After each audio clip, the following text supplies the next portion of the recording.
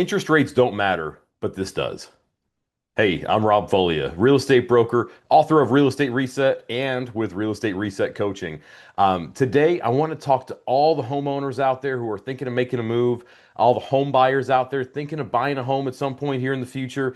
Let's dive into the details today and figure out what impacts whether or not it's smart to make a move. Hey, before I jump into the content today, I just want to get a quick plug for something I'm doing. I have started a podcast called Be Irreplaceable.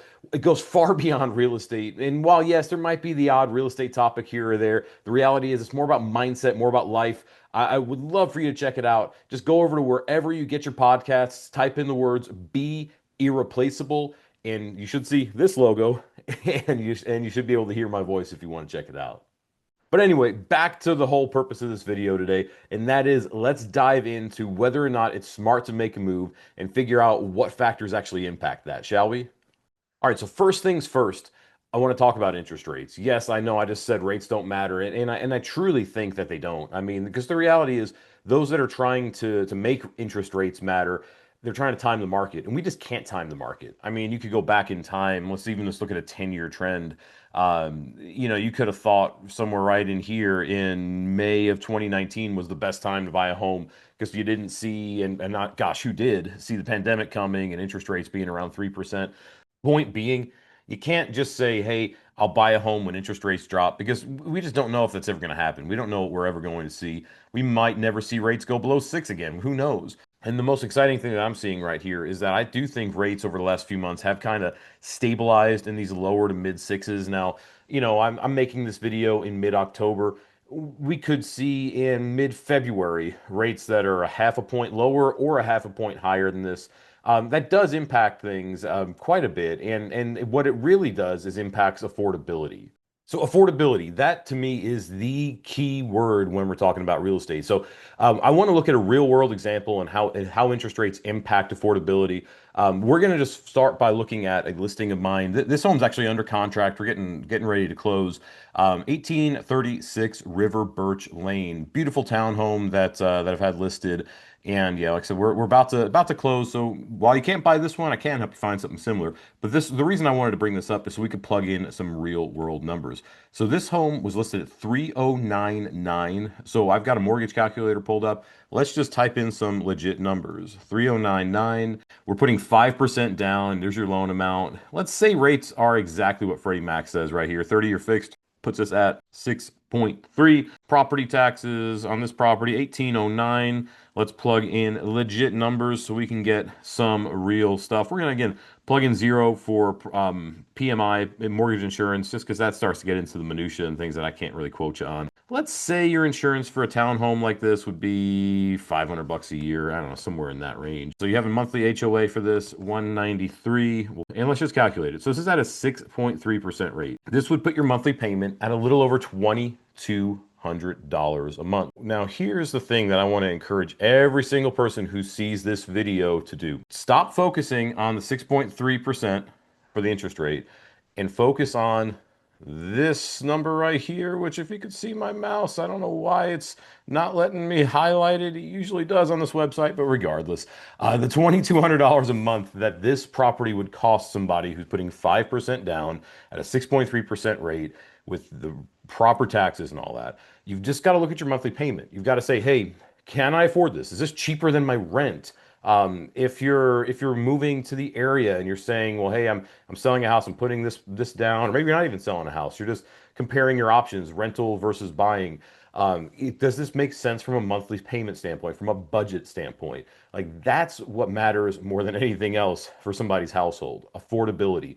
Is something affordable in terms of how my finances work for my family, for my household? Because if it is, I don't care if this is 6.3%, 10.3%, 3.3%, it really doesn't matter as long as the monthly payment makes sense for you. As long as it's affordable, that's what matters. You see, what I think we have right now is we have what I would call a rate obsession. So what I mean by that is we have an obsession over interest rates. We have an obsession over the fact that, just 4 years ago, you could get a rate in the threes and now you're in the sixes and you're like, it just doesn't make sense for me financially. Does it make sense? I don't know. That's an interest rate obsession. And while, hey, I get it. I am fiscally responsible. I want to make sure I get the best deal that I can on anything that I purchase. The reality is we can't just have this obsession because we can't control it. We can't control what interest rates are going to do. We just have to make sure things make sense for us financially. So as I mentioned, you can't control interest rates. So what we need to do is focus on what we can control. Here's what we can control. We can control our timing. We can control how we buy homes, when we buy homes. And again, if it's affordable for us to buy, then we can make that decision to buy the home. We can control our decision to purchase. Here's a quick tip for you, and I want to show you some real stats.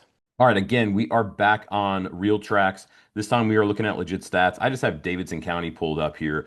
The thing that I want to focus on for a moment is this number right here, months of supply, which I don't want to get too much into the minutia on this video, but months of supply is just a statistic that shows us how hot the market is. Is it a buyer's market? Is this a seller's market? It's basically supply and demand. I want to go back way more than a year. Yeah, let's just go back 3 years here.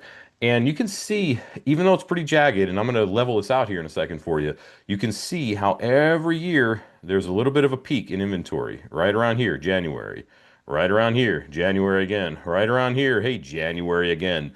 And in fact, let's do a 6 month rolling here. You can see every year there's like a bell curve. Now, the interesting thing here in terms of buying a home, and for those that would need to sell a home, is that this trend line you can see is kind of creeping upward, and that's a whole nother topic. But the reality is every year there's a peak. Beginning of the year. Every year is a peak in the beginning of the year. Point being, we are entering a season where you might be able to pounce on an opportunity. That's what I mean about you're able to control the timing of when you make a decision.